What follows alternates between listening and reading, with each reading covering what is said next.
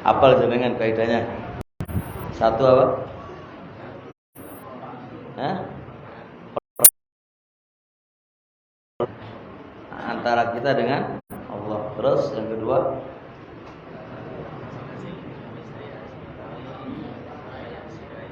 ayo masing-masing suami istri harus ngerti apa yang disukai dan apa yang dibenci. Ayat ketiga,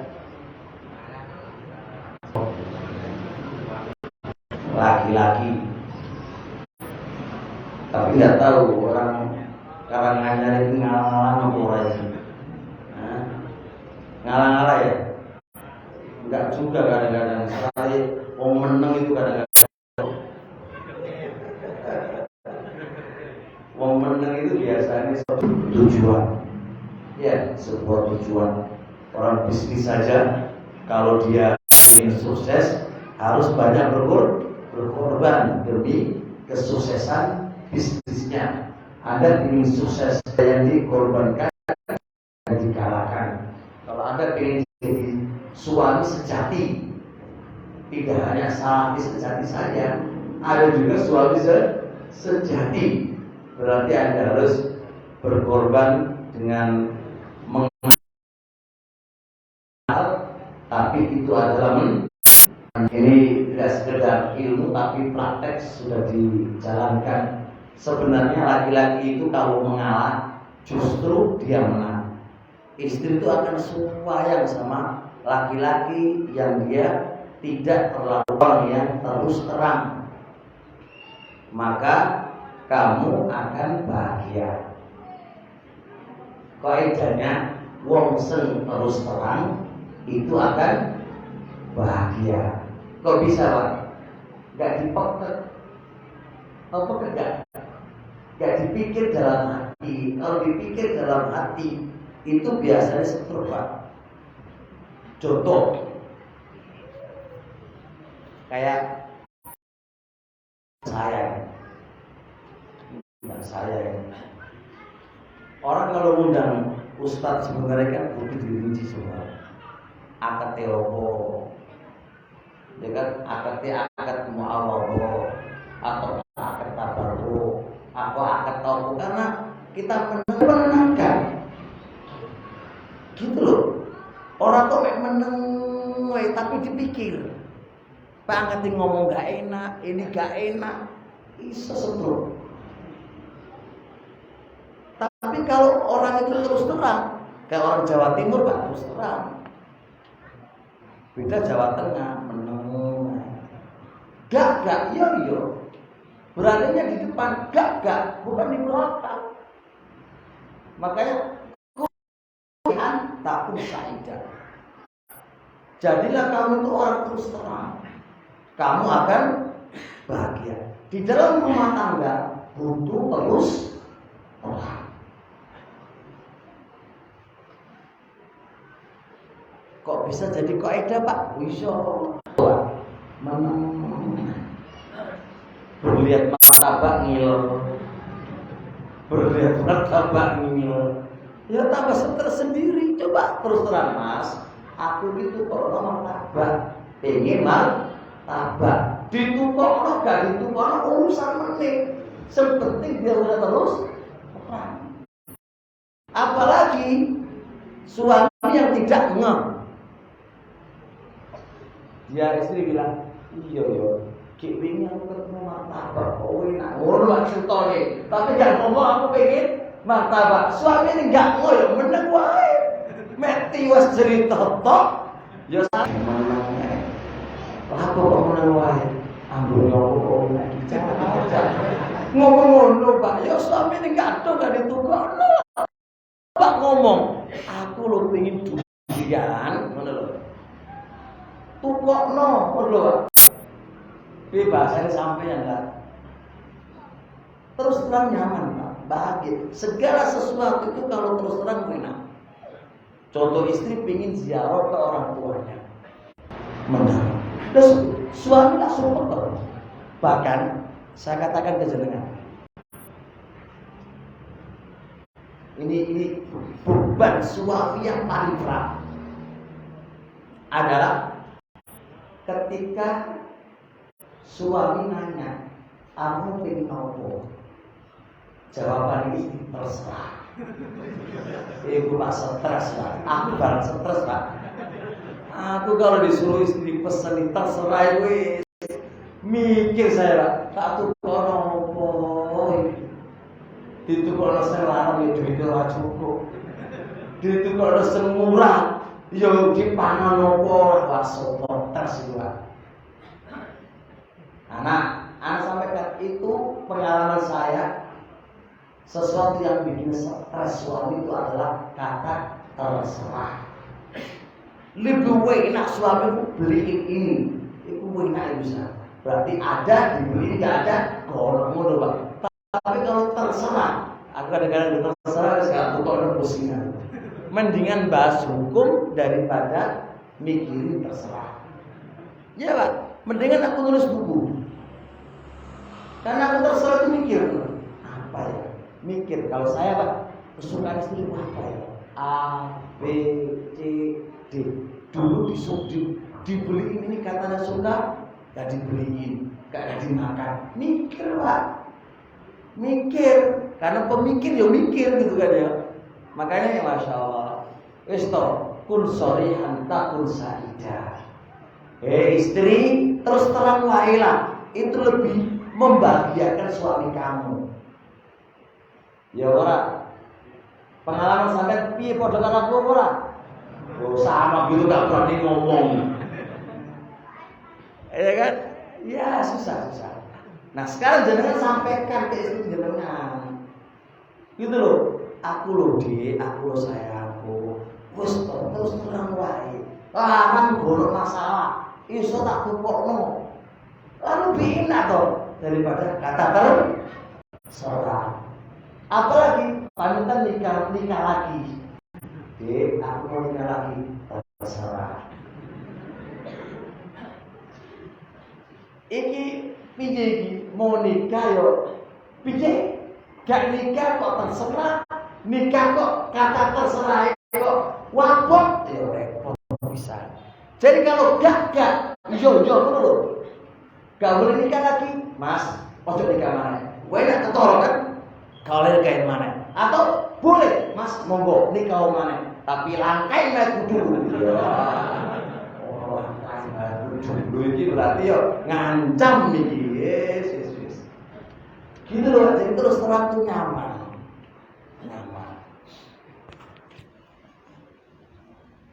Apa ini? Ini ya? Oh, ini harus kayak gini. Oh, gini ya? Nah kok menang wae? Loh ini Pak tanda gak terus terang ini loh. Lo diletakkan di sini bayangkan. Gak terus terang Ustaz, tancapkan kayak gini nih. Nanti kan bermasalah di Facebooknya kan. Nah ini lo gak saidan Pak. Lo no contohnya langsung lo ini. Oke sudah ya jelas ya. Nah sama aja Pak tamu. Kalau tamu boleh nggak nyampaikan, Pak, aku butuh ini, aku pingin ini. Oleh apa ora? Boleh apa enggak? Kok meneng wae? Boleh apa enggak? Ini dalile. Paling jenengan tamu model opo iki? Kok njaluk ngene, njaluk ngono. Wis, gak usah jadi tamu. Nah, gitu kan. Padahal secara syariat itu boleh. Nabi Yuna alaihi salatu wassalam pernah datang ke rumahnya orang dan dia mengatakan iya Kak, awas kalau ngidangi aku ojo iki yo. Dari Imam Nawawi boleh tamu itu memilih menu yang dia suka, itu boleh, bukan termasuk kurang ajar dan kurang adab. Oleh karenanya saya nulis buku adab-adab seputar tamu. Tamu ku ono adab-adabe harus dikaji, dikaji. Itu nggak ada masalah. Kita nulis buku berkaitan dengan ini, nggak ada masalah, boleh. Dan insya Allah takun saidah. Karena kadang-kadang yang ditamu tuh bingung. Iki ustazah, engkau tak belikan ikan gerai yuk sawangane. Yuk justru kadang-kadang lebih enak. Ini kesukaan di ustazah bilang, Pak aku nanti makan bikin ini ya. Kadang-kadang membahagiakan bagi siapa? Bagi yang ditamuin, karena jelas. Karena jelas. Dan itu nggak ada masalah secara hukum syar'i. Taib. Fa innal kitmana sababun ra'isiyun fil ghaliyani dakhiliyun. Karena kalau nggak terus terang, itu sebab inti ghalayan apa? Ghalayan itu apa?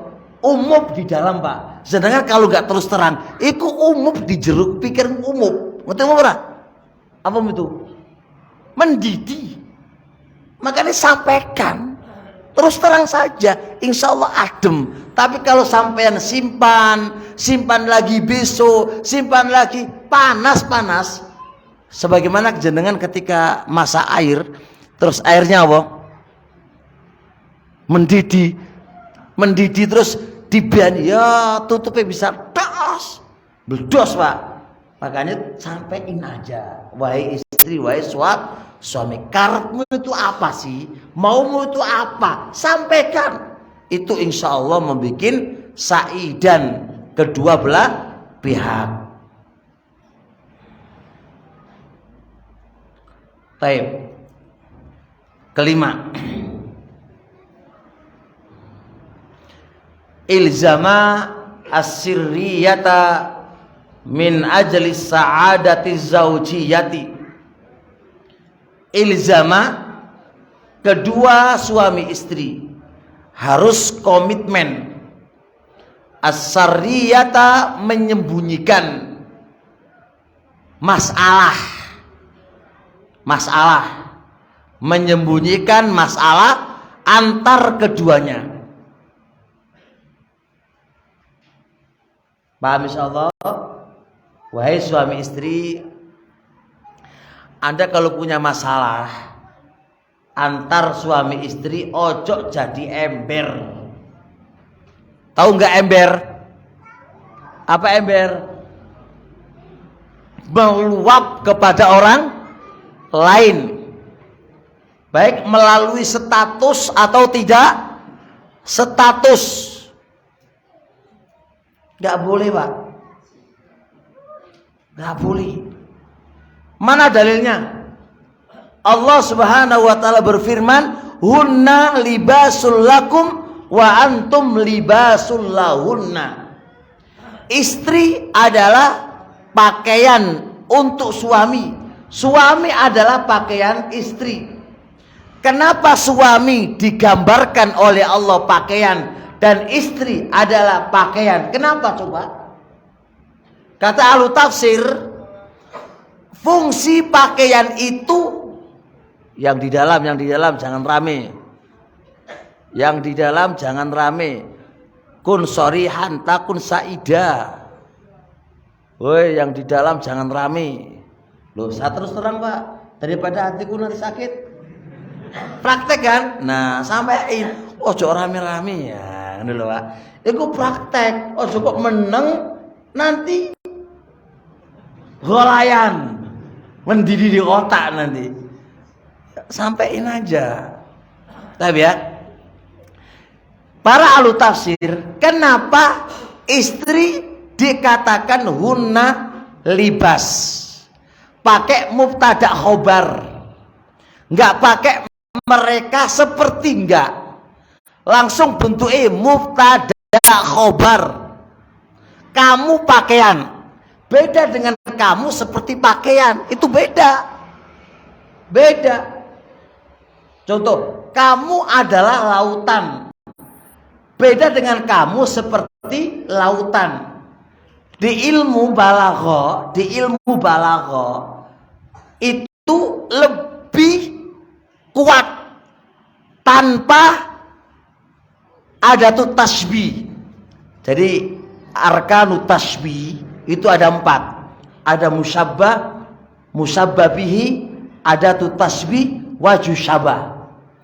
Semakin kuat penyerupaannya itu ketika nggak ada tasbih, nggak ada wajhu syabah.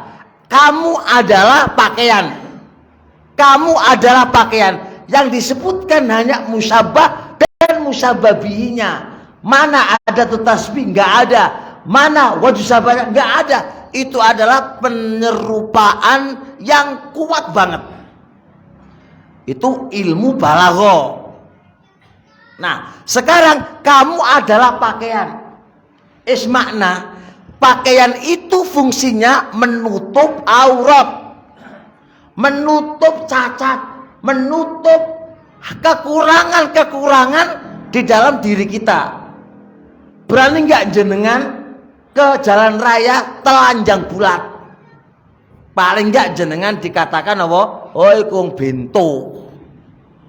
Wes, ya berah. Lah, kalau jenengan ini malu, berarti beberkan kekurangan suami kepada orang lain. Itu ya podo bento nih. Iya, itu gak bener. Baik kepada mertua atau kepada halayak umum melalui medsos, status. Gak boleh teman. Hunna libasul lakum wa antum libasul lahunna. Jadi selesaikan masalah kamu berdua, kamu selesaikan sendiri. Kamu jangan cengeng. Makanya kalau menikah, kamu jadi rijal. Rijal. Kun rijalan, kamu jadilah rijal. Makanya orang yang menikah itu harusnya rijal, bisa menyelesaikan masalah, menutupi kesalahan yang lain, diselesaikan secara sendiri-sendiri. Orang kok jadi ember. Udah jelas? Pertanyaan kedua. Apakah orang ember menceritakan kesalahan istri atau kesalahan suami solusi dalam menyelesaikan masalah? Enggak solusi itu. Apa solusinya? Apakah Anda ngomong ke orang tuamu tentang suami kamu itu solusi? Tidak. Justru kenyataannya membuat keruh rumah tangga. Istri ngomong pasti tamper sama suaminya, langsung madul bahwa aku ditamperi karo suamiku. Pertanyaannya, rela nggak bapaknya, Pak? Rela nggak? Nggak rela. Padahal si istri itu ketika ditamper masih ada rasa cinta ya. Insya Allah saya balik, Pak. Ketika dia pengen kembali kepada suaminya, racun datang dari bapaknya. Wes gak usah balik. Ini racun, Pak. Makanya gak perlu disampaikan. Gak sampaikan. Apalagi si suami itu, si bapak itu gak seneng karo suaminya. Dikarenakan suaminya beda manhaj. Oh mane, yang satu roja, yang satu kenceng gitu kan. Wah wis nah tak kandani dari dulu nah. Ojo gelem kawin kamu. Wis nah cerai sekarang. Wah tambah kacau. Jadi jangan diceritain, Pak, selesaikan berdua. Selesaikan berdua. Terus sampai kapan, Ustadz? Ya sampai-sampai nggak kuat. Kalau wis gak iso mental dan gak kuat, justru dengan kita lanjutkan ini menambah dosa, baru Anda keluar meminta bimbingan kepada orang lain yang bisa menyelesaikan. Jangan kepada semuanya orang. Cari orang yang bisa menyelesaikan masalah ini. Dan orang ini amanah dan punya pengalaman. Gitu, Pak. Semua dalam rangka apa? Kebahagiaan rumah tangga. Ojo dihancurkan kepada orang lain. Contoh kasus gini, studi kasus, Pak. Contoh ini, Ustadz Rai ini nikah lagi contohnya. Contoh aja, nggak usah istrinya kemudian marah-marah sama aku. Contoh aja, karena nggak kenal yang lain sih, aku kenal yang lain yo. Sopo yo sungkan diri. Satrai pingin nikah lagi. Bukan pingin, nikah lagi.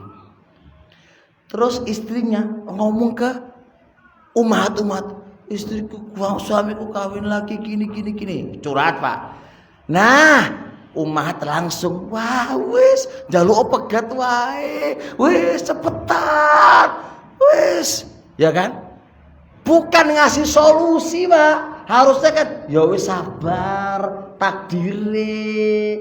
Orang ngono, apalagi sama satu aliran yang anti poligami ngono to. Oh wes sudah. Memang Ustaz Roy itu enggak genah, tambah ngelok-ngelokno Ustaz. Wes. Loh ini loh Pak, sebenarnya kalau dia enggak ngomong ke orang lain, kemudian di rumah dan dia pendam masalahnya dan dia adukan kepada Allah, selesai masalahnya. Tapi karena gara orang-orang ini loh, jadi keruh permasalahannya. Benar ini realita ini. Dan saya baca buku, puluhan buku membahas masalah ini, membahas masalah rumah tangga. Puluhan buku ini sudah saya baca, semua menceritakan dengan kasus yang sama. Justru menambah keruh kalau itu dikeluarkan kepada orang lain. Justru tambah bermasalah kalau itu disampaikan kepada orang lain. Selesaikan sendiri. Hatta takdirnya Allah ini nasihat untuk umat. Kalau Allah takdirin kalau jangan dijadikan kalau suami jenengan ternyata terfitnah dengan wanita lain yang kalian tidak mau terjadi gitu ayo. Ternyata terus nikah lagi. Saya sampaikan kalau andai kata takdir ini terjadi, jenengan cukup mengadu kepada Allah dan mintalah kepada Allah terbaik untuk kamu. Terbaik, jangan talak, jangan cerai, terbaik untukmu. Wis mohon kepada Allah. Jenengan mau nangis sak banter-bantere di depan Allah. Itu lebih baik daripada nangis di depan orang lain, di depan orang tua kamu. Itu bukan solusi bagi kamu. Solusinya di depan Allah Subhanahu wa taala. Ini ujian terberat dalam hidup kamu dan solusinya di depan Allah. Kamu bisa curhat kepadanya. Itu terbaik. Kalau andai kata terjadi, kalau andai kata terjadi. Dan juga mungkin masalah kamu hidup sama mertua. Antum kira bukan masalah besar hidup sama mertua? Hah? Itu Ustadz itu ketawa dia mengalami kehidupan itu dia. Nampak, Masya Allah. Ini rumah tangga suami istri sering terjadi masalah karena hidup sama mertua. Apalagi mertua cerewet. Tahu cerewet gak? Apa cerewet itu? Hah? Banyak ngomong, suka marah. Wes, itu Pak. Istri tidur sedikit diomelin, tora turu wae. Waduh. Masak gak enak diomelin, nyapu salah diomelin. Wes, apa wae diomelin. Ini Pak penderitaan yang luar biasa kayak gini ini. Terus di mana masalahnya? Jangan keluar. Jangan keluar. Selesaikan antara kamu dengan suami kamu. Gimana terbaiknya? Nah kalau suami ini seewa-ewe, waduh itu masalah rijal suami. Jadi kamu itu rijal. Sempurna akal kamu. Gimana Anda bisa menyelesaikan, mengkompromikan ini istri kamu dan ini adalah ibumu. Jangan bela istri dan jangan salahkan orang tua. Kamu juga begitu, jangan salahkan istri dan membela orang tua. Itu semua tanggunganmu itu. Anda harus bisa mengkompromikan dari masalah itu terjadi. Gitu Pak. Dan ingat jangan keluar. Istri nentonggo. Ini sering tetangga Pak. Iya duh mertuaku itu begini. Jari tonggo nih. Iya memang mertuamu kamu itu wataknya jahat. Alah, tambah keruh, tambah kasus.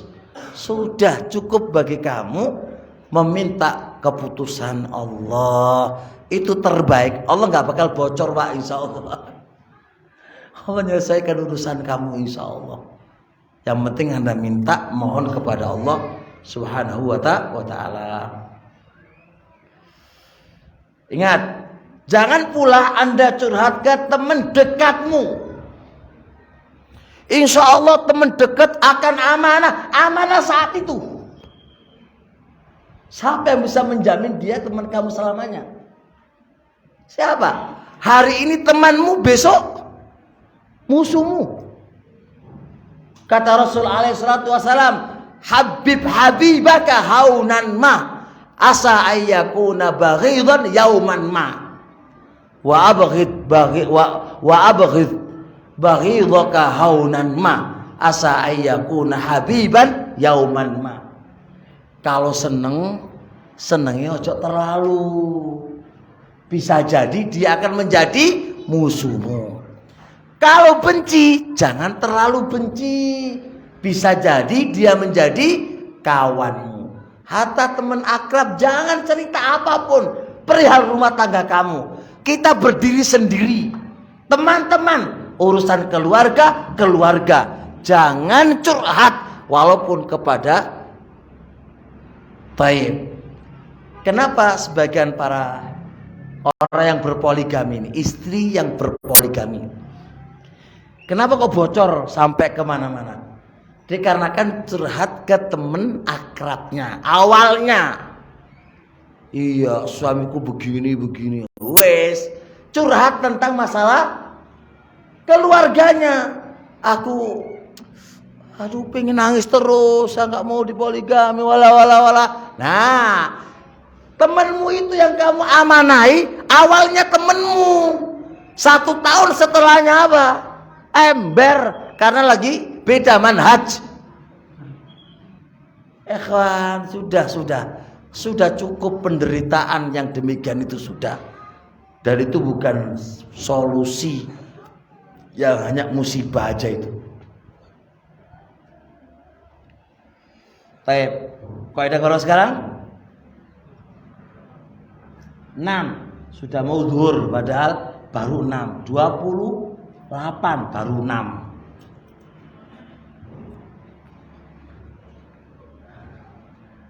Baik.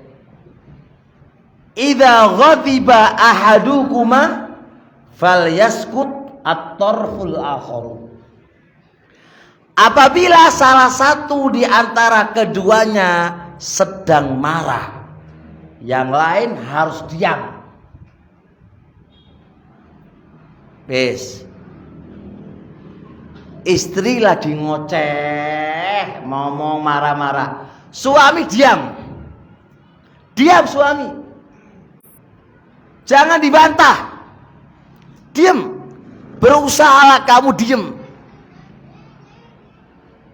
Suami marah, istri harus diam. Ini kan kadang-kadang gak diem, Pak. Lu kok bisa Ustadz? Yo iyalah, marah itu kan api. Api ketemu api jadi apa? Tambah jos. Suami marah, istri ikut marah, tambah jos. Setannya ayo. Oh no. Jadi harus salah satu yang marah, salah satu jadi air. Wis teko meneng wae. Ini teori dan ilmu ya. Jadi kalau istri itu marah, Pak, teko meneng ae. Wis mari marahe, nah dirakut, nah digawa nang kamar, aman. Wis enak iku wis. Udah. Pokoknya jangan dibantah dan jangan dilawan. Dan ini lebih selamat daripada Anda membantah. Anda gak usah ngomong aku suami kok dimarahin. Itu teori, Pak. Wes itu tanggalkan kepemimpinan kamu. Itu gak berarti itu kalau mau kayak gitu itu. Dia lagi marah, aku pemimpin, kamu marah, tak tapu ikon. Alah, Wis to, tanggalkan urusan kamu menjadi pemimpin saat dia marah. Yang terpenting adalah gimana caranya Anda sebagai pemimpin jadi air saat dia marah. Itu yang terpenting. Gimana caranya kamu jadi air? Itu terpenting. Wis, mudeng apa ora iki? Ndelok wajah-wajahe kok ora trimo iki koyoke. Wah, nah Ustaz. Wis to. Marahnya dia itu berapa menit, Pak? Dengarkan aja. Dengarkan, pokoknya zaman menengai. Oh ya. Wis to. Ngono wae wis. Dah, kalau jenengan merasa benar, jangan dibantah saat dia marah dan ketika selesai marah. Jangan dibantah. Tulisin aja di buku kertas kamu khusus. Saya hari ini dimarahi bab ini. Khusus, Pak. Nanti seminggu yang akan datang, ajak ke tempat yang indah. Senengkan dia. Wes, ketika seneng sampaikan. Sayang, dulu tanggal sekian kamu marahi begini tuh nggak pas. Seng bener tuh ngene lo. Nerimo, Pak, insyaallah. Nerimo insyaallah. Setelah jenengan senangkan dulu. Minta beli apa? Ayo nang Indomaret. Ya aja nang mall, duitnya akeh. Indomaret aja. Belikan es krim. Belikan apa? Seneng ini dia apa? Nih untukmu, Masya Allah sayangku, nih es krim. Modal. Mosok ora gelem modal piye? Modal sih. Modal, cukup pelit. Modal dulu. Nih sayang. Beliin durian regane sedok murah-murah titik lah. Nih ayo kita makan bareng-bareng. Di saat makan bareng-bareng, istri kan sumeneng toh. Nah, saat itu jenengan masukkan teh. Selesai masalah, Pak, tanpa harus bertengkar. Namanya manajemen keluarga itu butuh. Manajemen menasihati keluarga itu butuh. Ini orang teori, Pak, sampai nulis buku. Sampai nulis buku saya. Sampai nulis buku. Karena ini penting. Bagaimana aqwal ulama terkait dengan ini? Sudah ya. Kalau jenengan marah, saya nanya, oleh apa sampai marah, coba saya nanya. Jenengan dia marah, Anda bantah, Anda bentak, Anda pukulin dia. Pertanyaan saya, Anda dapat apa? Dapat inilah aku. Inilah aku, setan, Pak. Anda digoda sama setan, inilah aku. Itu setan. Justru istri kamu itu merasa takut dan hilang rasa cinta dan wibawa kamu itu hilang. Berarti kan Pak Ibnu Qayyim mengatakan begini. Seorang pelayan melayani kamu karena takut dan seorang pelayan melayani kamu karena cinta. Beda apa enggak? Dan saya yakin istri-istri jenengan melayani jenengan karena apa? Takut. Delok wajah iki lho, ya ora? Ya ora? Enggak lah, aku cuma gayaku aja, Pak. Enggak juga gitu. Jelas beda kata Ibnu Qayyim. Kenapa? Kalau orang itu melayani karena takut, itu terpaksa, Pak. Dan dia tidak akan memberikan sesuatu kecuali terpaksa. Berbeda orang itu melayani kamu karena cinta. Masya Allah, sebenarnya pol, Pak. Istri memasak karepe dhewe, Pak. Masak dengan hati dia sendiri, Masya Allah, lala goyang-goyang sempurna. Ada istri lagi masak mau cucu lambe ini. Oh. Ini jenenge memasak karena apa? Takut dimarahin kalau nggak mau, kalau nggak masak. Beda. Melayani jenengan diranjang dikarenakan cinta atau karena takut. Beda. Kalau karena takut dia kayak batu. Kalau dia karena cinta, wis sakarepe dhewe ngono. Nah, itu Pak beda. Nah, sekarang tugas kita bagaimana seorang istri itu melayani kita karena cinta, bukan karena takut. Iso Mas, caranya Mas. Belum. Bisa Pak jenengan Pak? Bisa tak? Bismillah Pak ya. Umur jenengan berapa Pak? Umur jenengan berapa? Umur? Hah? Oh nggih. Wis tuwa padha karo kula Pak tuwa Pak ya. Ya, jadi gitulah. Kesimpulannya adalah gimana cara menjadikan istri itu melayani kita karena cinta. Itu PR besar. PR terbesar di mana yo? Gimana ya? Makanya sampein ke istri, kira-kira sama terpaksa nggak melayani aku? Sama terpaksa nggak masa untuk? Ini PR Pak, PR ini. Nah, masya Allah.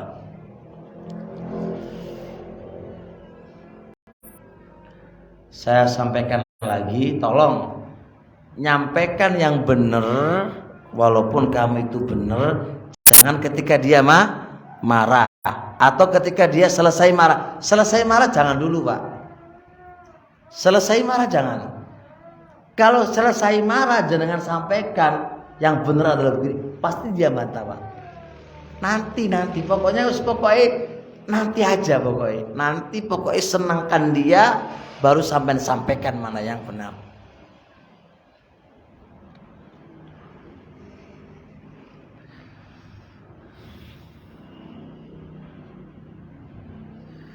Baik, kaidah berapa sekarang? Ketujuh.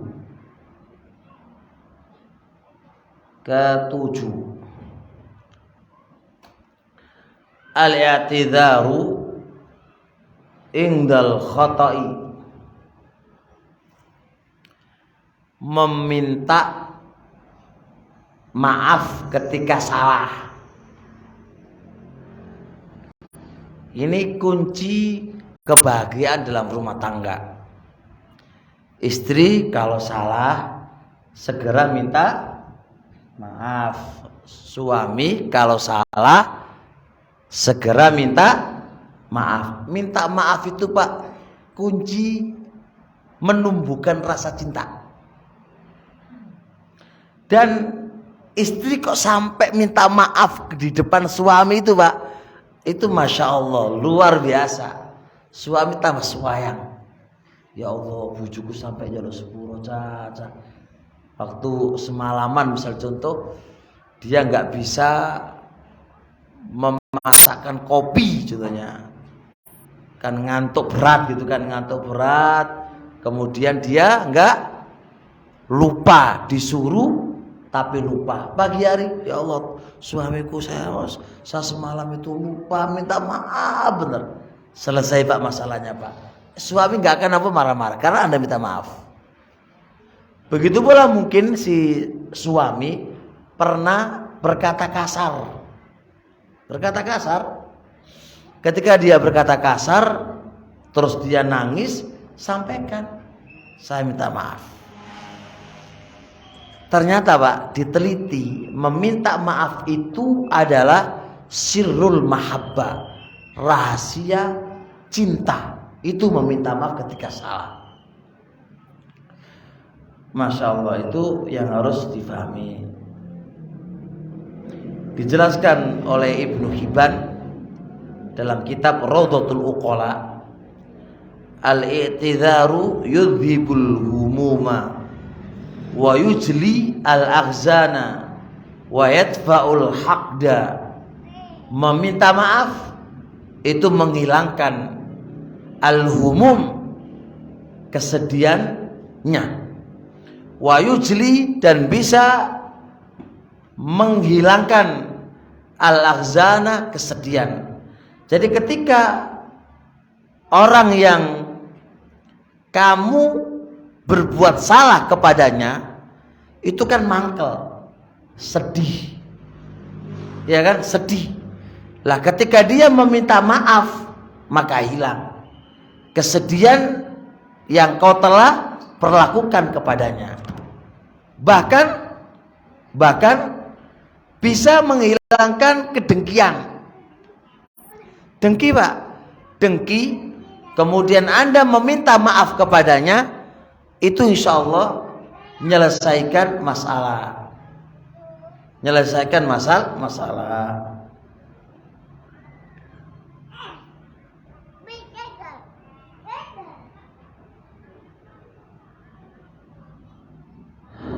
Taib, yang ke-8. Atkin fannal insati wal istima'i.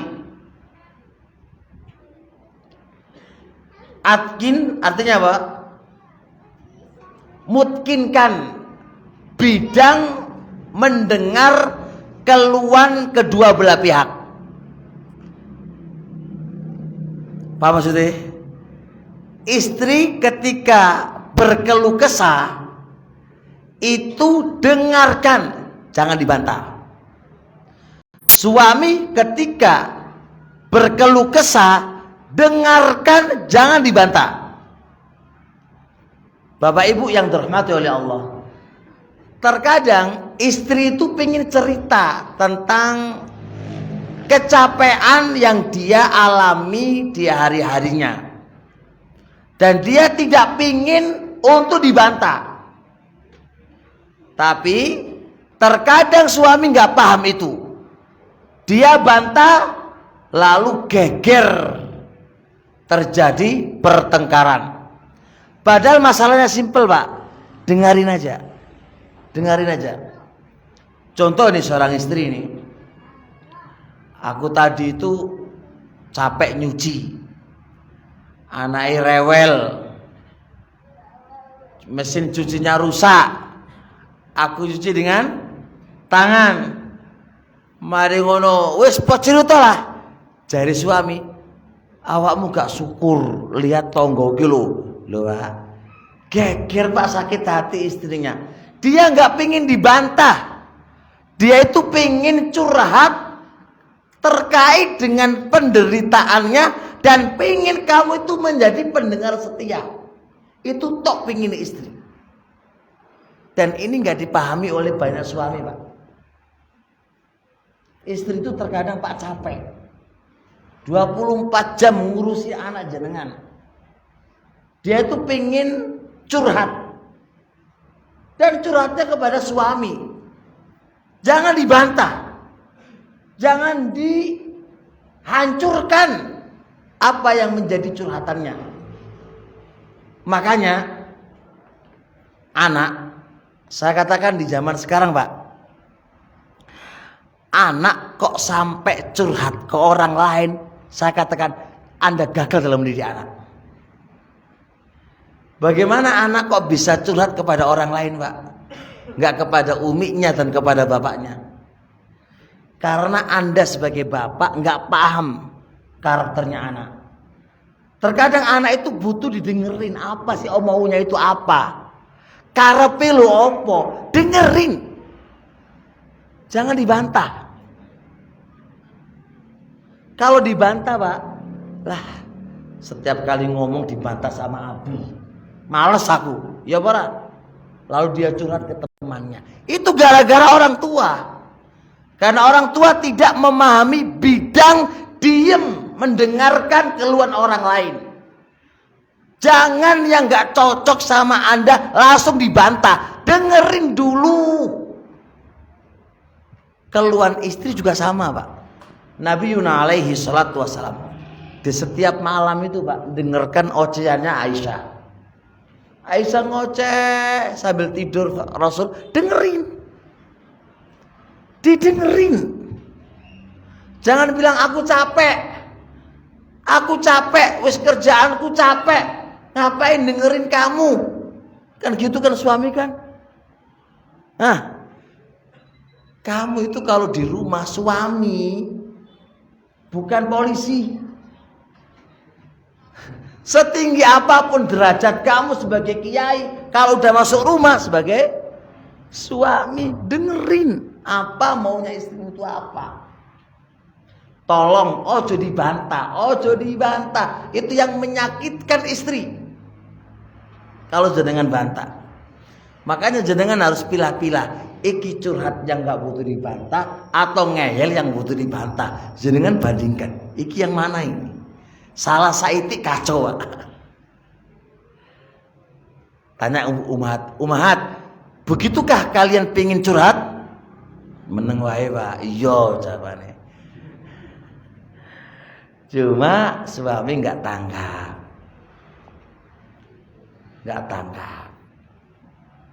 Masya Allah. Kalau istri dibantah, dia akan bilang, terus aku curhat ke siapa lagi? Suami nggak mau dengarkan curhatku. Kepada orang lain nggak boleh. Makanya dipekek sama istri. Makanya kurus saja, Pak. Maka istri yang kurus itu hati-hati itu. Kenapa itu? Kadang-kadang karena mekek masalahnya, dia nggak bisa curhat, Pak. Orang kalau nggak bisa curhat kan repot. Kemana ke aku curhat? Apalagi imannya nggak kuat. Waduh, Pak, iso oleng, Pak. Iso aja nanti masuk ke rumah sakit jiwa nanti itu. Oleng, Pak. Makanya saya bisa katakan lagi, Anda menikah itu ojo kesusus ya. Jangan tergesa-gesa. Sudahkah Anda menjadi rijal? Wis toh kamu jadi rijal itu sudah gak? Kalau belum ojo nikah sih. Sudahkah engkau bisa menghadapi masalah yang akan terjadi? Atau Anda menghadapi masalahnya penting selesai lah urusan gurih. Aduh, mari urusannya, Pak. Khair insyaallah, masya Allah. Nah,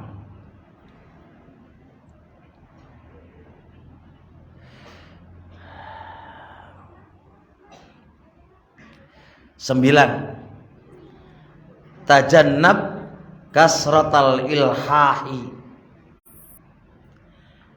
Jauhi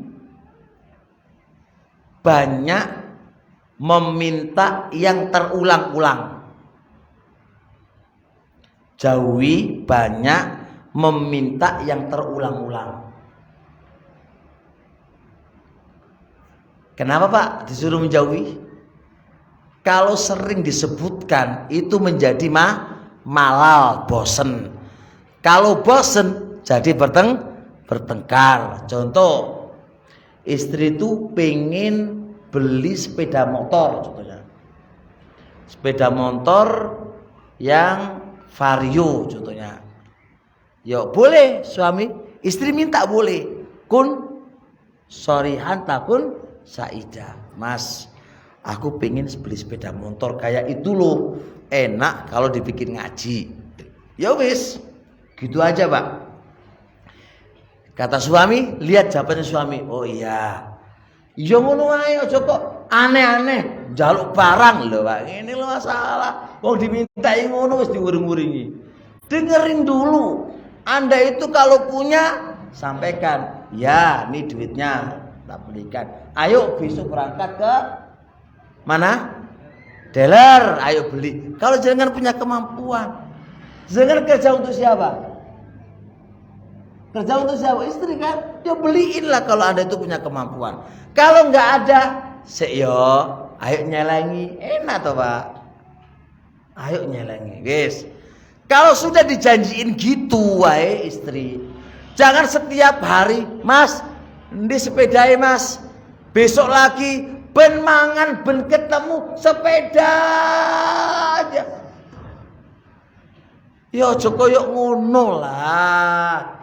Suami kamu walaupun sesabarnya orang, kalau terus ditagih, stres. Kalau wis stres, orang ngono utang bank atau nyolong, rampok. Nah, enggak kuat dengan tekanan yang di rumah. Ya kan, sedangkan dia butuh istri. Piye carane? Nyolong atau utang atau wis sembuh. Wis buntu pikirane, Pak. Karena tadi masalahnya ke istri, terlalu mendesak kalau minta. Boleh sampaikan. Nah, itu caranya Ustaz. Ya saulan kas tanya, Mas, wis ana guru. Ngono ae, Pak. Gurung ngono ya wis teko meneng omane. Kurang luwih saulan kas, Mas. Wis ana gurung, Mas. Gurung. Ojo jawab, gurung kok terus. Wis teko piye bajine suami ini belum punya kemampuan, sabar. Tanazul ngalah. Di kaidah berapa tadi? Kaidah berapa? Ngalah wis. Oh iya ya, berarti aku tak ngalah. Ya wis Mas, gak usah vario. Sepeda motor apa? Semurah iku apa? Mbuh, semurah ki ya ora ngerti aku. Semurah lho Mas, ora apa. Ya guru ono duit ya insyaallah Pak, aman insyaallah. Cara mainnya aja sebenarnya kan. Si istri ya aja nggawe gara-gara, suami ya aja nggawe gara-gara, kan aman insyaallah taala.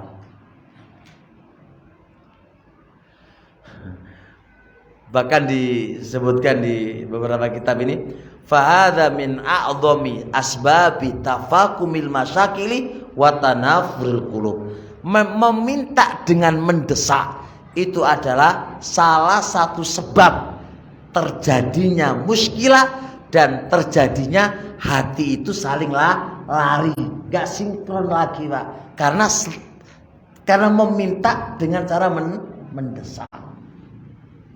Gak enak loh Pak didesak itu Pak, ya ora, gak enak. Kalau wis apa? Wis kepegel ya marah-marah.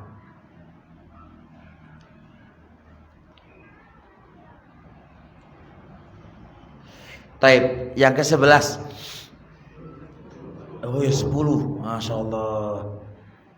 Nanti nih dihafal tanpa melihat 1 sampai 10 oleh hadiah. Langsung. Saya bisa ngacung. Nyebutin 1 sampai 10. Diem lu. Diem.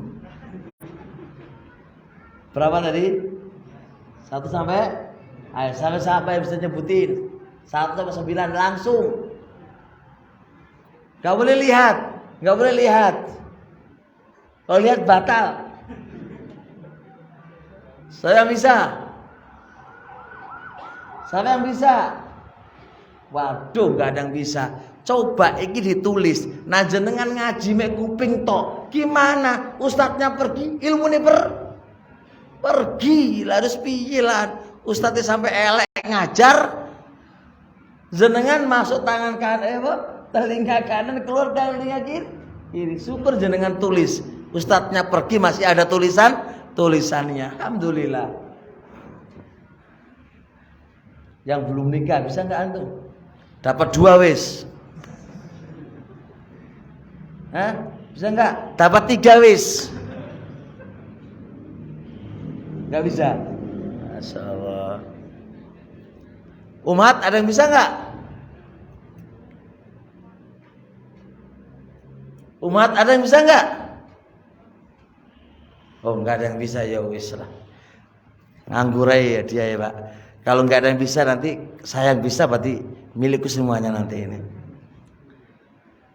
Al-bu'du an kasratil laumi wan naqdi. Menjauhi dari banyak ngeritik.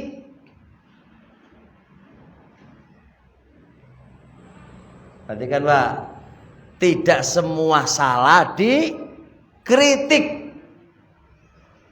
Ini untuk suami istri. Enggak semua salah dikritik. Jenengan eling-eling ini.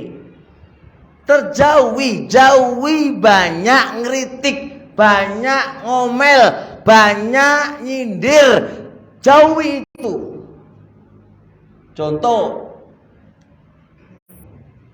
istri di rumah pokoknya bagian kebersihan ketat.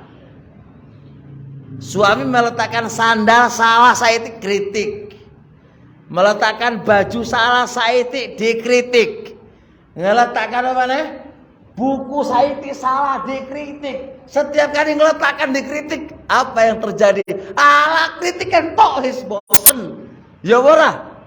Ya enggak wae suami ya ora. Iya, ojo selalu dikritik wae istri. Bicarane biar bagus. Ketika dia salah, diem lisanmu. Antum kamu yang pergi centelkan sendiri, seret. Ikut terhormat, orang kok ngeritik. Gitu loh, suami salah sandalnya, jenengan yang lari. Kau gak usah ngomel, ambil sandalnya yang salah, letakkan di tempatnya. Itu lebih terhormat ketimbang ngoceh, ketimbang kritik. Karena suami itu ya ora seneng suka dikritik, apalagi watak suami-suami model kita ini. Kita Pak, aku juga ora seneng dikritik. Jadi caranya ngono. Istri juga begitu. Jangan setiap salahnya istri, kurangnya istri kritik. Contoh, rumah lihat kamar kotor, kritik. Kamar opo iki? Lihat dapur kotor, kritik. Iki dapur piye awakmu ku lapo wae? Lihat halaman depan kotor kabeh, ngomeng aja kayak sepur. Istri ya bosen Pak punya suami yang kayak gini ini. Disebutkan di beberapa referensi Pak. Ada seorang suami istri selama 20 tahun tidak merasakan bahagia Pak. 20 tahun Pak gak merasakan bahagia. Hidup kok ya hampa wis. Hampa Pak. Coba apa permasalahannya? Karena suami itu suka ngeritik. Sedikit salah, kritik, yo istri marah-marah. Dia pikir mungkin ini masalahnya. Maka dia rubah Pak, dia rubah. Ketika istri itu salah, suami diam, tidak komen. Itu Pak suweneng istri Pak. Istri lo Pak, dia salah, jangan nggak komen. Itu lo suweneng istri itu. Maka istri lihat, oh kok berubah ya suamiku ya, nggak ngeritik lah Pak. Mulai tumbuh seneng. Sampai dia merasakan bahagia. Dan bahagia belum pernah dia dapatkan sebelumnya. Karena apa? Merubah teori. Orang kok ngeritik, tapi dia yang melakukan. Paham gak? Contoh, jenengan selesai kerja Pak, pulang capek, di rumah masih kotor semuanya. Suami biasanya kalau gini marah apa enggak? Marah dan ngeritik. Ngeritik iki awakmu iku lapo wae nang omah. Didudukan Pak, ayo lapo wae. Ayo cerita. Yo marah Pak istri gituin Pak. Sudah, jenengan gak usah marah. Jenengan datang, walaupun capek-capek, jenengan nyuci piring. Terus istri datang, ya Allah, suamiku bagus banget yo, capek kerja, nyuci. Nice, jenengan selesaikan masalah spread malam hari.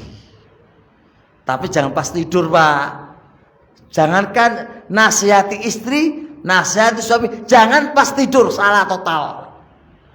Pas tidur itu pas pingin enak-enak, sampean kritik gak jadi enak, jadi tukaran marahnya istrinya. Jangan, pokoknya malam sebelum tidur atau apa, pokoknya gak pas tidur. Sampaikan wahai istriku,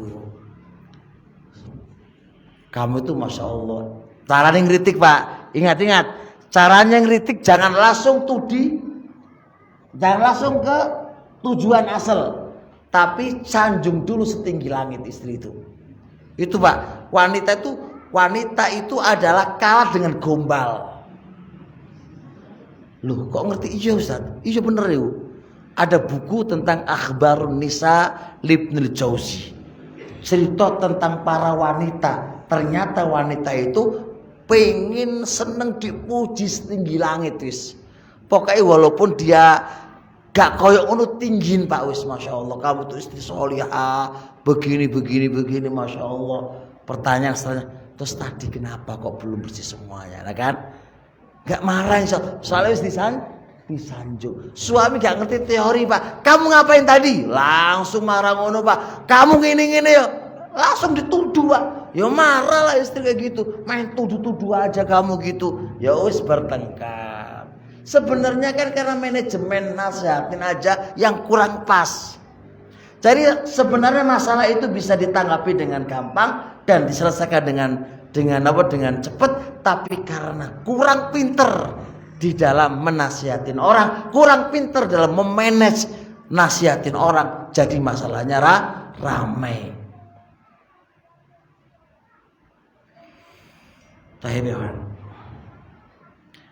Cukup jam 11 insya Allah, sisanya menjawab pertanyaan.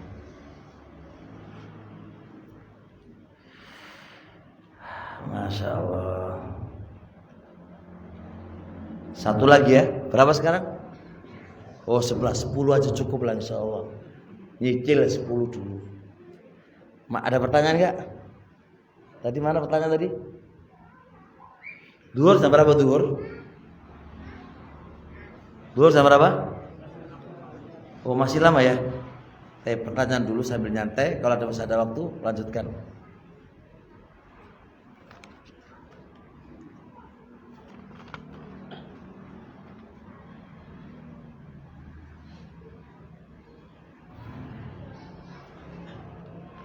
Dibaca aja pakai gak kelihatan saya, kacamataku ketinggalan. Bismillah Ustaz, bagaimana solusinya jika yang membuat masalah dan berulang-ulang adalah orang tua atau ibu kita? Kita terus berusaha dapat mengalah, namun qadarullah ibu semakin menjadi-jadi. Terlebih ibu sering berdusta dan tidak pernah mengakui jika beliau yang bersalah. Apakah salah jika kita memilih diam dulu dan menjauh dari ibu agar tidak memancing masalah terbaru? Nah, apa yang dia ambil berupa pergi dulu itu tepat banget, karena memang susah Pak memposisikan anak antara orang tua dan istri. Itu susah banget. Mau ke istri ya gimana, ini apa, ke ibu juga gimana. Maka teori yang tepat adalah dipindahkan istri, tidak satu rumah, itu terbaik. Dan sering saya nasihatin Pak, Anda kalau punya istri, kalau bisa jangan hidup sama mertua. Kalau bisa Pak, kenapa? Istri kalau sudah dekat sama orang tuanya, apalagi satu rumah, apalagi dekat, istri itu susah nurut ke suami. Kok bisa? Bisa Pak, kenapa? Karena ada orang tuanya. Ada orang tuanya Pak. Dia, wah ada ibuku, ada bapakku. Kamu tolak aku, saya akan lari ke ibu saya. Itu masalahnya Pak. Itu secara teori. Makanya kalau bisa dan sering masalah terjadi karena apa? Tidak cocok antara istri dengan orang tua kita. Bagusnya apa? Jangan disatukan. Bikin rumah sendiri Pak, walaupun elek. Tapi dekat dengan orang tua. Anda bisa memantau orang tua dan bisa mengkondisikan istri. Itu lebih nyaman. Apalagi kalau Anda tidak terikat dengan orang tua, mendingan lebih jauh. Lebih nyaman Pak. Gak bisa, ini sudah realitanya begitu keadaannya. Dan secara kaidahnya itu juga begitu. Menjauhi mafsadah itu lebih nyaman ketimbang menambah masalah. Nggih, jelas insyaallah. Terus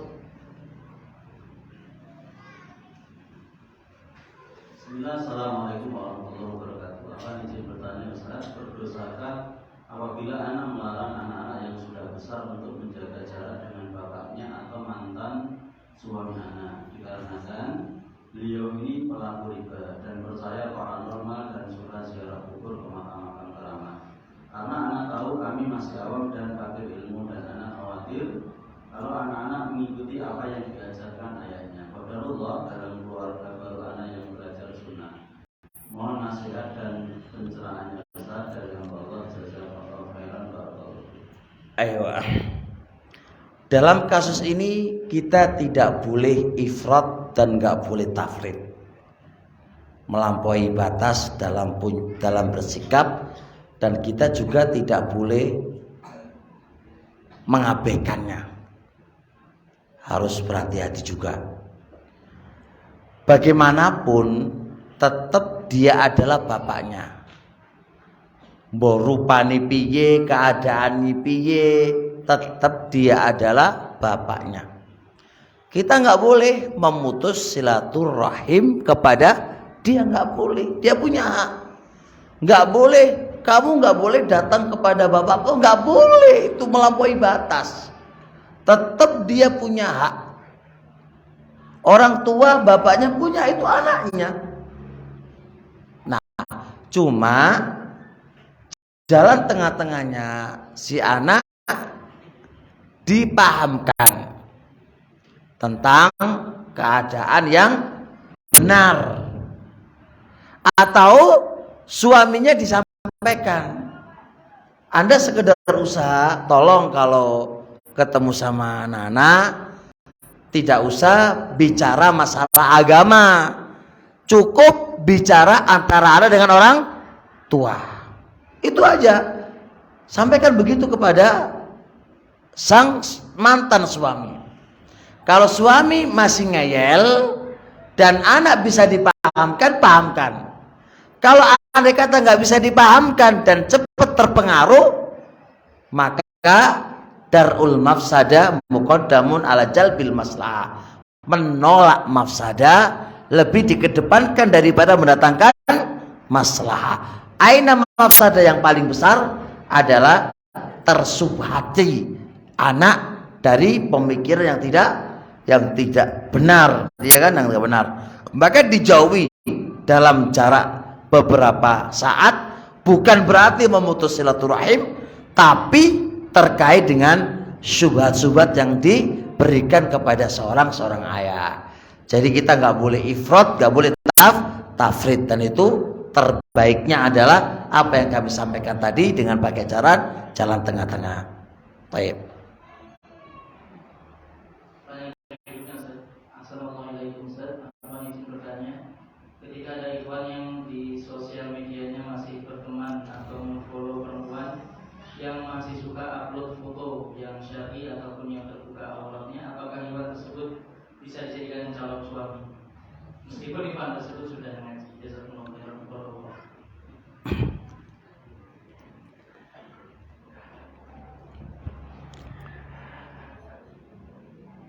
Kata Rasul alaihi salatu wassalam,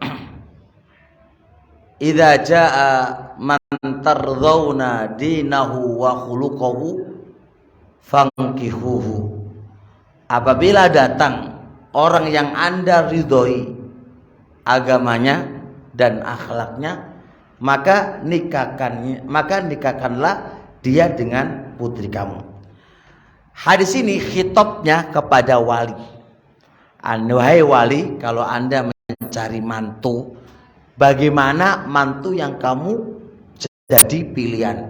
Rasul menjelaskan mantu yang layak, laki-laki yang layak menjadi mantu kita adalah orang yang Anda ridhoi agamanya satu, dan Anda ridhoi akhlaknya. Berarti kan Pak, akhlak bagian daripada agama ya. Akan tetapi Rasul sebutkan secara sendiri dengan kaidah balaghah atful khos alal umum. Atful khos alal umum itu menunjukkan pentingnya bab akhlak bagi sang suami.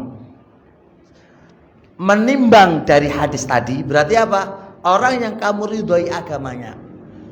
Nah, kalau ada kata ikhwan suka apa? Mengupload foto ya, bahwa tujuannya apa lah kan? Tujuannya dijual belikan atau apa itu? Ini memfollow, jadi Lah ya, berteman itu maksudnya berteman itu apa tujuan berteman? Loh, sekarang saat itu saya punya Facebook dulu. Terus teman-teman saya itu apa? Banyak perempuan gitu. Itu bermasalah tak? Loh sekarang saya tahu. Sekarang apa masalahnya? Satu, saya punya WA grup WA. Terus WA itu yang anut saya banyak perempuan, banyak laki-laki, mau bercadar enggak. Saya enggak ada urusan dengan mereka kok.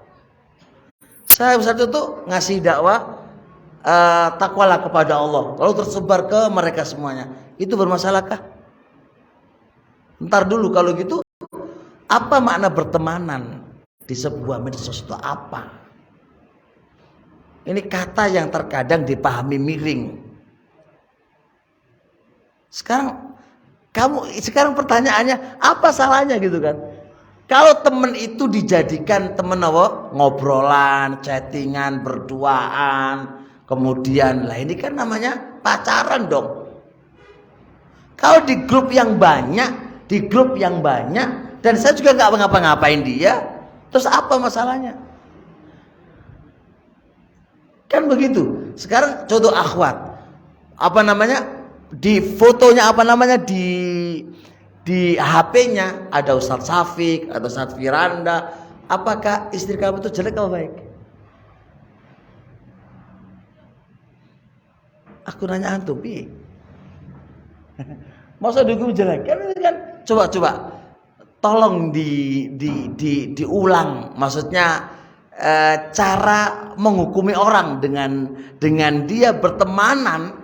Pertemanan ini apa? Butuh dirinci. Bertemanan sebagai sekedar bertemanan dan tidak ada hubungan apa-apa, atau bertemanan secara khusus pribadi atau bagaimana? Jikalau makna yang pertama, ana lihat gak ada masalah. Tapi kalau bertemanan dengan artian chattingan secara khusus, ini laki-laki nggak layak menjadi mantu jenengan dan tidak layak menjadi suami jenengan. Karena apa? Chattingan. Gitu loh. Jadi tolong dibahasakan lebih khusus lagi apa makna pertemanan. Kalau dua yang saya rincikan tadi, yang nomor pertama nggak ada mani insyaallah taala, sekedar hanya bertemanan. Dia mengupload masalah contoh kemudian dikirim ke semuanya, mani larangan. Apa larangannya kan gitu? Baik insyaallah. Tanya berikutnya, setelah suami saya sudah kurang lebih 6 bulan ini menganggur dan alasannya tidak punya modal, dan dia hanya ingin bekerja jika saya membolehkannya untuk meminjam uang dalam jumlah yang banyak. Sekarang suami saya lebih sering main game dan nonton TV. Secara garis besar itu membuat kami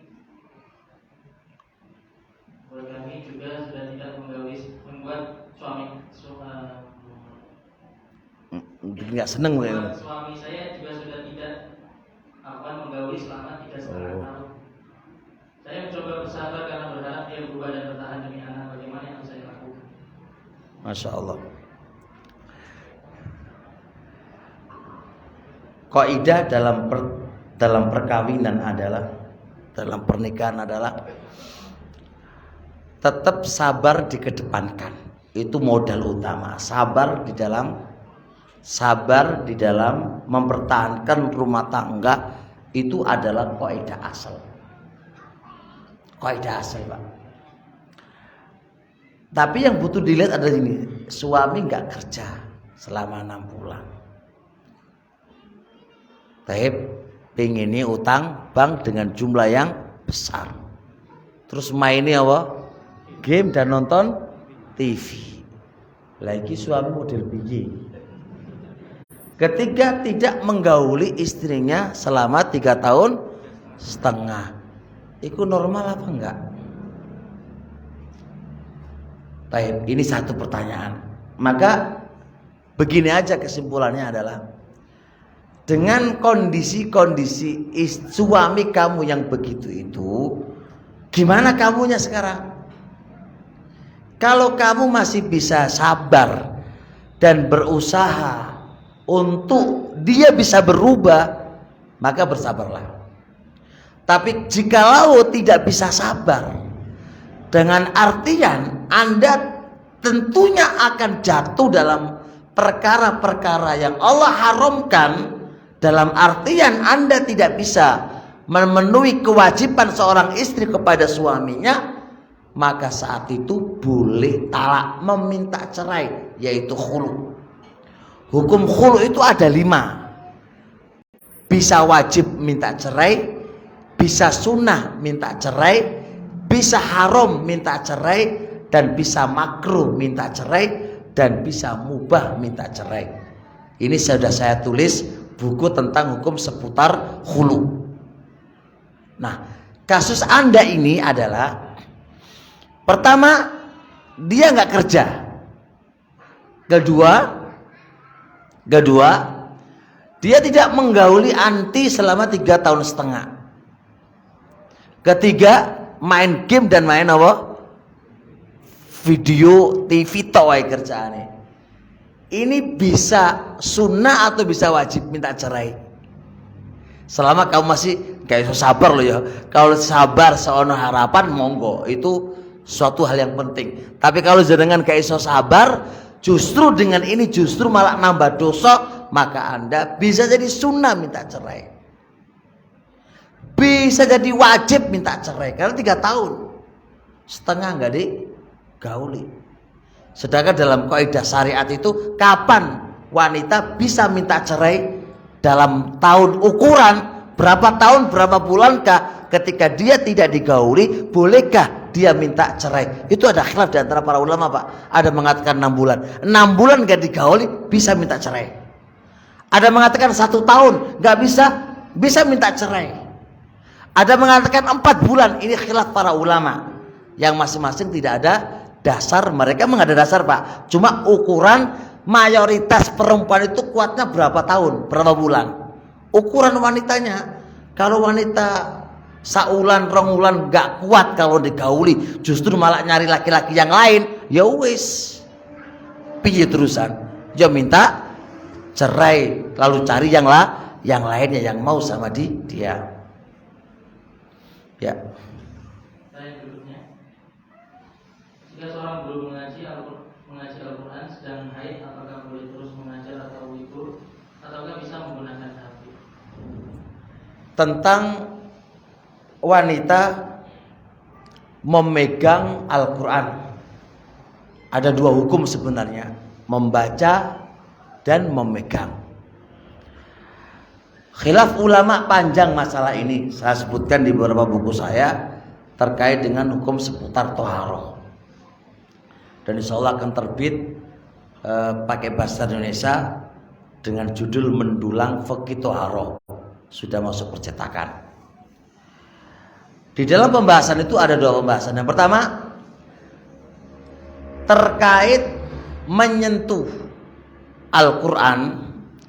Hukum asal siapapun orangnya menyentuh Al-Quran itu boleh, itu kaidah asal. Hukum asal selama dia muslim boleh menyentuh Al-Quran, boleh menyentuh, kaidah asal. Baik dia haid, baik dia nifas, baik dia nggak punya wudhu, hukum asalnya boleh. Siapa yang melarang harus membutuhkan dalil. Ibnu Hazm dalam kitab Muhalla dan Syaukani dalam kitab Syahrul Jarar menyebutkan kaidah tadi. Siapa yang mengatakan nggak boleh harus mendatangkan dalil. Fa'ingkil, jika ada komentar, bagaimana dengan firman Allah, la yamussuhu illal mutahharun, tidak boleh menyentuh Al-Quran kecuali orang-orang yang disucikan. Para ulama berbeda pendapat terkait dengan menafsirkan ayat tadi. Dan mayoritas para ulama mengatakan dhamir hu itu adalah Al-Quran di Lauhil Mahfuz, dan al-mutahharun itu adalah para malaikat. Dan itu sesuai dengan konteks ayat sebelumnya, karena konteks ayat sebelumnya itu adalah berkaitan dengan Lauhil Mahfuz. Maka ayat ini nggak bisa dijadikan dalil untuk larangan menyentuh Al-Quran yang berhadas. Kenapa? Karena ada kaidah usul, ayat ketika sebuah lafaz yang masuk padanya kemungkinan-kemungkinan nggak bisa dijadikan dalil. Kata ahlu usul, wa idza tataraqal ikhtilaf wa idza tataraqal ihtimalu batal istidlalu. Ketika sebuah lafaz muncul kemungkinan-kemungkinan, maka batal berdalil dengan lafaz itu. Nah, ayat ini ada dua kemungkinan. Kemungkinan pertama adalah apa? Malaikat. Dan kemungkinan kedua, orang yang suci dari hadas. Dhamirhu kemungkinan apa? Quran yang ada dalam kita, dan kemungkinan di Lauhul Mahfuz. Walaupun yang lebih nampak dhamirhu adalah di Lauhul Mahfuz dan al-mutahharun adalah malaikat. Tapi ini nggak bisa dijadikan dalil untuk menabrak kaidah asal. Karena kaidah yang saya sebutkan tadi, tadi. Kemudian poin yang selanjutnya adalah ada sebuah hadis. Lafadznya itu adalah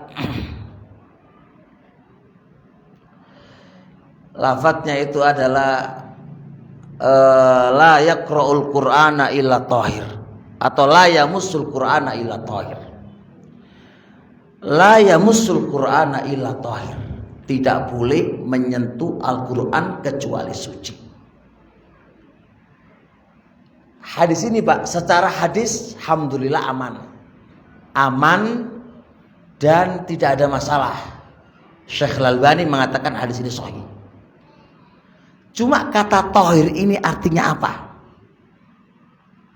Ada yang mengatakan tahir adalah muslim, nggak boleh menyentuh Al-Quran kecuali orang muslim. Ada yang mengatakan lagi kata tahir adalah umum, suci dari hadas, suci dari hadas kecil dan hadas besar. Pendapat yang kuat dari kata ini la yamussul Qur'ana illa tahir, tahir adalah orang yang suci dari hadas kecil maupun hadas besar. Berarti orang yang haid tidak selayaknya menyentuh Al-Quran. Fa'ingkil, jika ada komentar, tidak selayaknya ini apa hukumnya, haram atau makruh Ustaz? Haram atau makruh? Yang paling tepat dalam kasus ini adalah madzhabul jumhur, yaitu makruh hukumnya menyentuh Al-Quran orang yang berhadas kecil dan orang yang berhadas besar. Hukumnya makruh. Tapi ketika dibutuhkan boleh. Ketika dibutuhkan boleh. Karena ada kaidah fikih. Al-makruhu yuf'alu bihi lil haja. Perkara makruh itu boleh dilakukan kalau dibutuhkan. Nah, ketika Anda pengajar yang mau nggak mau harus apa? Dibutuhkan menyentuh, nggak apa-apa menyentuh. Karena itu dibutuhkan. Karena perkara makruh boleh dilakukan kalau itu dibutuhkan. Bisa dipahami ya? Bisa dipahami? Naam. Jadi kesimpulannya apa? Menyentuh Al-Quran itu hukumnya apa? Makruh bagi yang apa? Yang berhadas kecil dan berhadas besar. Ustadz, sekarang aku nggak menyentuh Al-Quran, menyentuh HP. Itu solusi. Nyentuh HP aja, nggak usah menyentuh mushaf. Itu solusi, nggak apa-apa. Bagus insyaallah taala, demi apa? Keluar dari khilaf. Karena ada kaidah lagi. Al-khuruju minal khilaf mustahabun. Keluar dari khilaf itu adalah sesuatu yang disunahkan. Ingat Pak, saya bicara semua pakai kaidah. Karena saya nggak mau bicara ilmu itu tanpa kaidah. Semua ada kaidahnya Pak, ada kaidahnya. Jadi awal perjalanan permasalahan hukum adalah hukum asal siapapun boleh menyentuh. Jawabannya benar. Cuma kita punya hadis la yamussul Qur'ana illa tahir. Ini mengeluarkan dari hukum asal. Setelah itu hukumnya apa? Makruh. Ketika dibutuhkan berarti boleh. Tapi permasalahannya sekarang ada HP. Ya wis, enak bawa HP. Al-khuruj minal khilaf itu mustahabun. Semua tahapan ada ilmunya. Pertanyaan berikutnya, ada suami yang berkahwinan dengan Gimana? Suami apa tadi? Suami yang suka WA-an. Apa? WA-an. Dengan wanita yang bukan mahram, alasannya untuk dakwah. Padahal yang dibicarakan bukan syar'i, dan itu istrinya dia marah-marah, menganggap istrinya bercemburu dan tidak paham tentang dakwah. Mohon nasihatnya. Saya nasihati kedua belah pihak. Istri yo dinasihatin, suami yo dinasihatin. Nasihat saya bagi suami adalah satu. Yaqulu Rasul alaihi salatu wasallam, "Ma taraktu fitnatan adharral rijali minan nisa." Tidaklah aku tinggalkan fitnah yang paling besar bagi laki-laki dari perempuan. Maka saya katakan pertanyaan saya pakai kaidah usul. Anda chattingan dengan akhwat. Pertanyaannya adalah satu. Apa maslahatnya? Anda bilang dakwah. Pertanyaannya, kalau selain Anda gimana? Bisa kan? Baik. Yang kedua, SMS lah ketika ada istri kamu. Bisa kan? Bisa. Type ala sabili taslim, oke saya terima, ada maslahatnya. Pertimbangan madorotnya apa? Terfitnah Anda atau dia terfitnah? Si istri si akhwat, masya Allah, pinter polca, iki kanggo suamiku cocok, terfitnah dia pak, terfitnah. Maka semisal ini bandingkan dalam kaidah usul kan, ini ada dalam kaidah fikih ya, antara maslahah dan mafsadah. Maslahatnya berapa, mafsadahnya berapa? Kalau mafsadahnya itu 30%, maslahatnya 70 boleh. Jikalau kebalikan, mafsadahnya 70%, maslahatnya 30%, tinggalkan. Jikalau 50-50, kaidahnya darul mafsadah, menolak mafsadah, lebih dikedepankan daripada maslahah. Tinggalkan pak. Makanya sekarang saya nanya, kamu sudah berapa lama dakwai dia? Engkau namanya chattingan karena kangen-kangenan wae. Apalagi wong nom-nom iku wis to wis. Aku berpendapat akeh rusake ketimbang maslahati. Tinggalkan wae itu wae suami. Apalagi kamu udah punya istri. Yang kedua, pertanyaannya adalah kamu dapat apa mendakwainya tapi gegeran sama istrimu?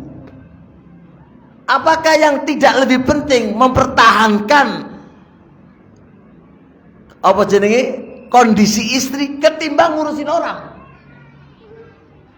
Kenapa Anda gak mau meninggalkan? Pasti ono apa iki? Sesuatunya kan, kok berat tinggalin apa? Batal istri ngoceh, tanalan lo kok kamu malah neruskan? Berarti kan ada masalah kamu itu. Secara kaidah, yuk mendingan ngurusin istri, ocehannya istri, yang mana nanti istri minta cerai nggak stabil perkaranya, ketimbang ngurusi si akhwat tadi.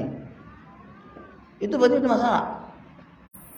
Ini nasihat ke suami, nasihat ke istri. Istri, sebab saya punya buku tentang sebab perceraian dalam rumah tangga. Itu adalah terlalu cemburu. Cemburu itu boleh-boleh saja. Kalau terlalu cemburu itu penyebab perceraian. Bahkan terlalu cemburu itu membuat Anda itu nggak nyaman dan nggak normal jadinya nanti. Makanya sah-sah aja cemburu pak, tapi terlalu cemburu itu juga bermasalah. Tawakal aja kepada Allah wahai istri. Jadi nggak usah terlalu apa jenenge mendinsus suami kamu. Kemana? Jam berapa? Iku lho opo ngono ki. Itu pasti pak rame.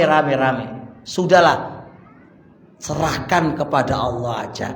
Apa yang dilakukan oleh suami serahkan kepada Allah. Selama Anda sudah jalankan menjadi kewajiban anti, itu luwih nyaman dan aman. Tapi apa yang jenengan lakukan kepada suami kamu itu tepat.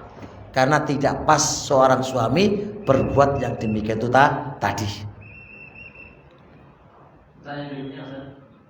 bolehkah wali nikah perempuan dari pihak ibu, sedangkan bapaknya masih ada dan paman juga dari bapak juga masih ada? Enggak sah. La nikah illa biwaliyin, yang namanya wali harus dari pihak bapak. Ibu, pihak ibu enggak ada jadi wali.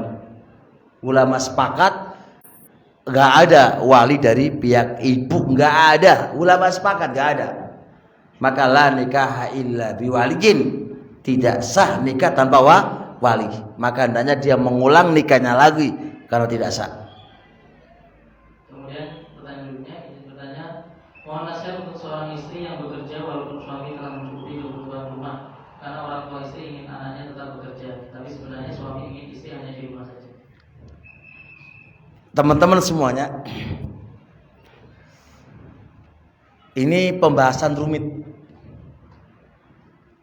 antara mendudukkan istri itu mendudukkan suami dan mendudukkan orang tua. Di dalam kaidah syariahnya kita nggak boleh ifrat dan nggak boleh tafrid. Dan tolong perhatikan ya, ini setelah saya menganalisis. Dan ini butuh waktu saya panjang untuk mencetuskan apa yang saya katakan ini. Jangan terima nggih monggo, gak terima nggih monggo. Tapi saya sudah lama ini mikirin gini Pak. Saya mengotak-atik kok dan seterusnya, saya mempunyai kesimpulan ini.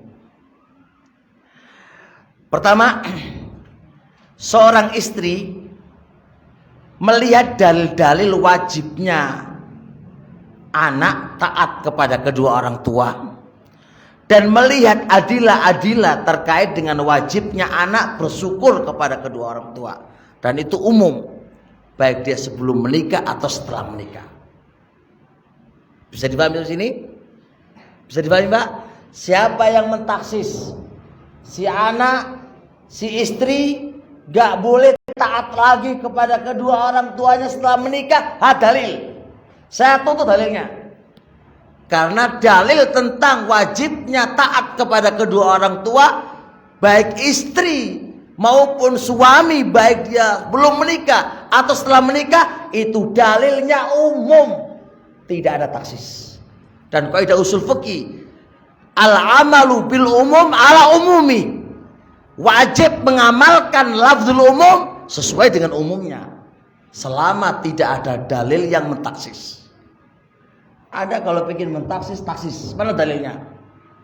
Dan ini Masya Allah salah kaprah teman-teman semuanya ini. Istri kalau sudah nikah itu wis gak oleh bakti kepada kedua orang tuanya. Ya Allah, siapa yang membesarkan istrimu itu siapa? Orang tua. Kamu tinggal nyomot ketika dia besar, enak banget. Lalu setelah itu kamu putus, gak boleh taat kepada kedua orang tuanya. Agama apa semisal ini? Agama apa ini?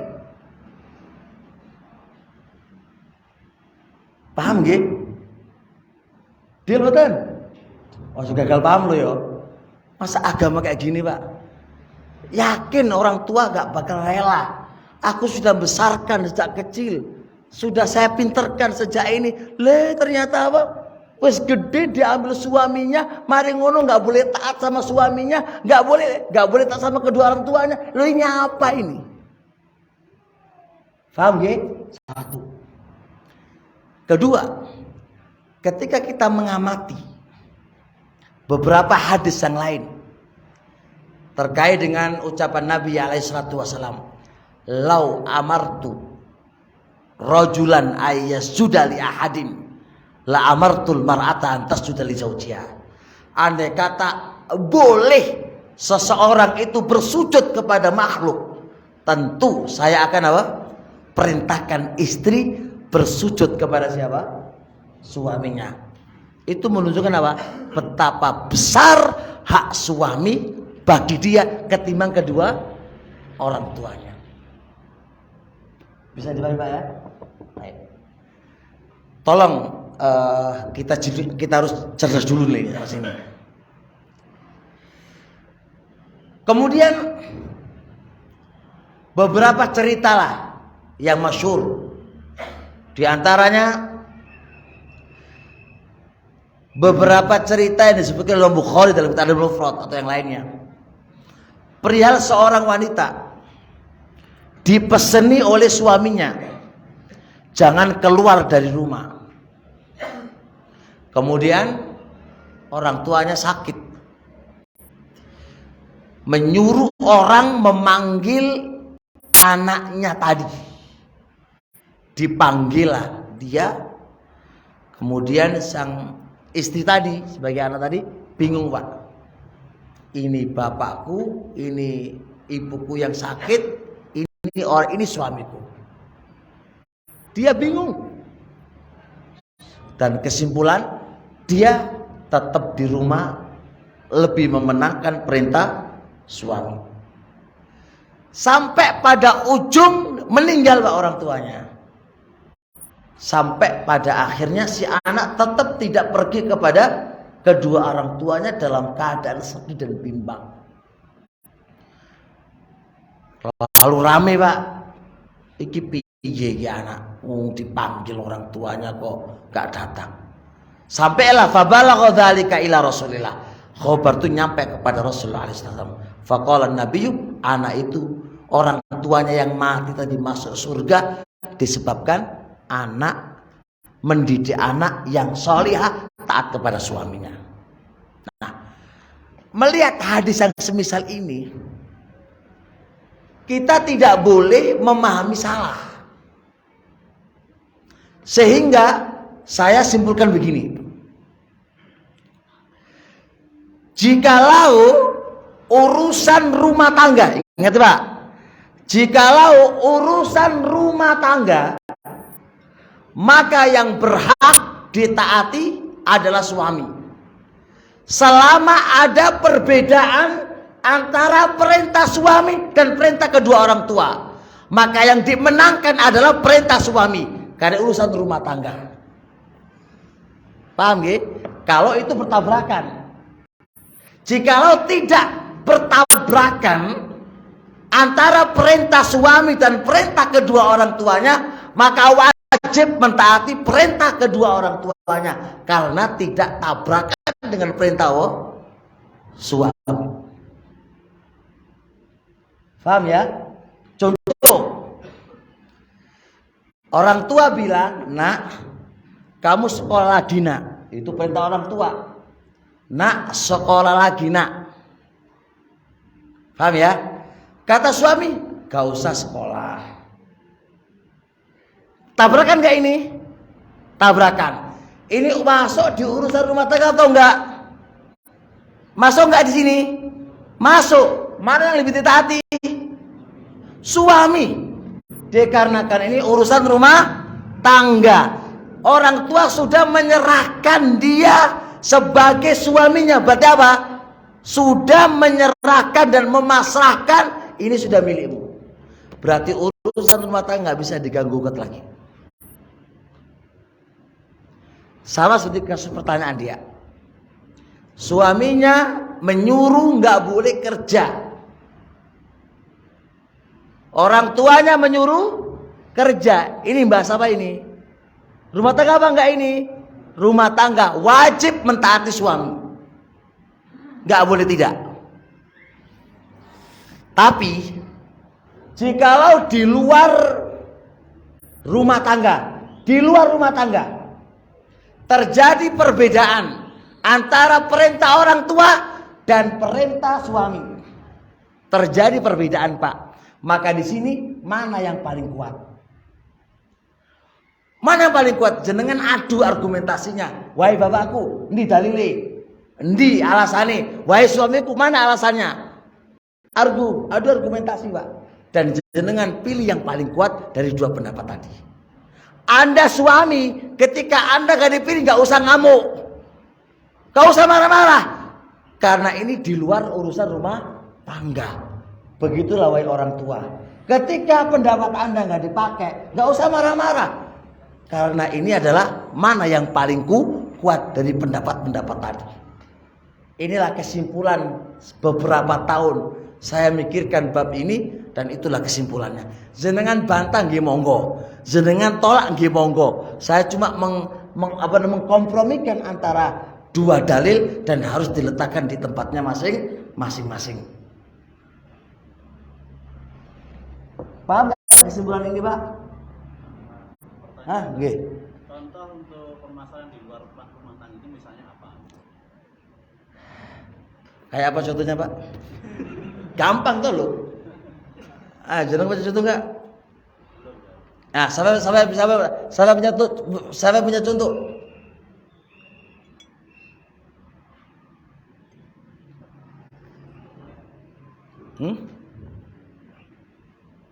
Kayak apa?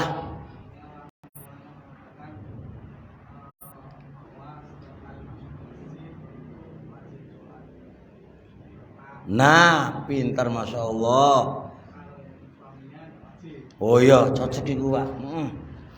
Jari suami, awakmu kalau masuk masjid wajib sholat tahiyatul masjid. Jari orang tuanya, ora sunah. Jogatekno bojomu. Dua pendapat endi sing bener iki? Jenengan gak usah ngereken bapak, gak usah ngereken bojo. Mana paling kuat menurut Anda? Betul enggak? Itu luar masalah rumah tangga. Sadar. Rumah tangga bangga ini. Orang tua bilang, ora sunnah. Gak cadaran gak apa-apa. Iku orang tua. Suami gak wajib. Iki rumah tangga apa enggak iki? Rumah tangga apa enggak? Ya rumah tangga lah, wong wajahnya milih suami kok. Milih sopo? Bukan masalah fikihnya, tapi wajahnya sekarang itu. Milih siapa ini? Milih suami. Gak serela kalau wajahmu dilihat oleh orang. Pokoknya aku tok, iku hae suami yang monggo no. Monggo. Jenengan wajib taat kepada siapa? Suami. Apa Mas? Bisik-bisik kun sarihan takun saida, coba bisik-bisik. Wes aku kata kipol cukup insyaallah. Insyaallah istirahat dulu dan ini enggak selesai, kita tangguhkan di waktu yang akan datang. Ini ya saradalik jikalau Allah mudahkan. Kalau enggak gimpun. Baik. Assalamualaikum warahmatullahi wabarakatuh.